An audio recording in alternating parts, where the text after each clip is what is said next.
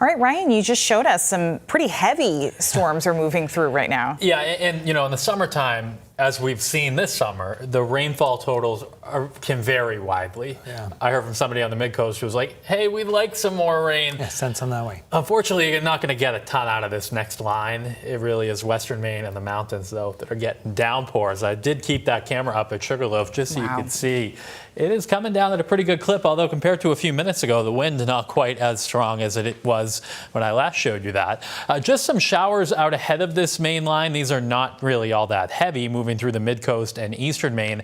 This line, though, of downpours is producing some brief heavy rainfall. It's not quite into southern Maine yet. Some of the Maine, New Hampshire border towns getting into some of this, close to Parsonsfield, Brownfield, up to Bridgeton. You're getting some heavy rain as well. And then this one downpour that went through the Bethel and Newry area, now moving through Rumford, Mexico, Weld, about to head into Farmington. You can see Kingfield and the Carabasset Valley right in the middle of that at the moment. Eastern Maine, just mainly light rain or nothing falling in spots, but this line too is going to keep moving east. So if it holds together, you can get a downpour in the next couple of hours there.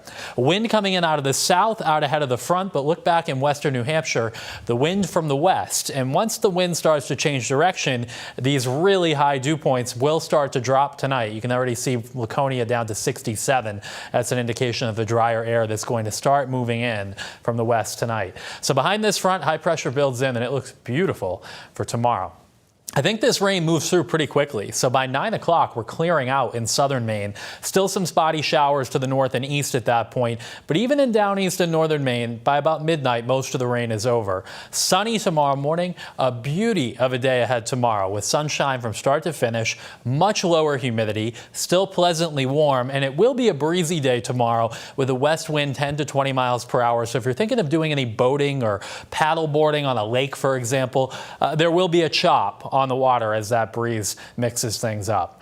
And then for the rest of the week, we have a big area of Bermuda high pressure. There's Bermuda right there. And this sets up near or just to the west of Bermuda later this week. And this is the heat pump that's going to send hotter weather in and return the humidity levels to the high side late this week. Obviously, it's very humid now, nice and comfortable tomorrow, starting to turn a little stickier on Wednesday, and then Thursday and especially Friday, we get those dew points back up into the tropical range. Seas tomorrow 4 to 6 feet with a southwest wind 10 to 20 knots. So here's a look at your next 7 days. The last 2 weeks of July, we generally had below average temperatures, but as we are now really in the first full week of August here, all of these temperatures are warmer than average for this time of the year. Not just the highs, but the lows after about Wednesday morning are going to be much warmer too, up around 70 Friday and Saturday mornings. And there are a few chances, guys, for showers and storms, but it doesn't look like we have any big fronts or any big systems. So those would just be isolated or scattered storms Friday and Saturday afternoons. Okay, Yeah. so just continue to enjoy the summer while you can. Right, But and the last couple weeks of July were cool, so this will feel Yeah, big turn. more like early August. yeah. All right, Ryan, thank you. You're welcome.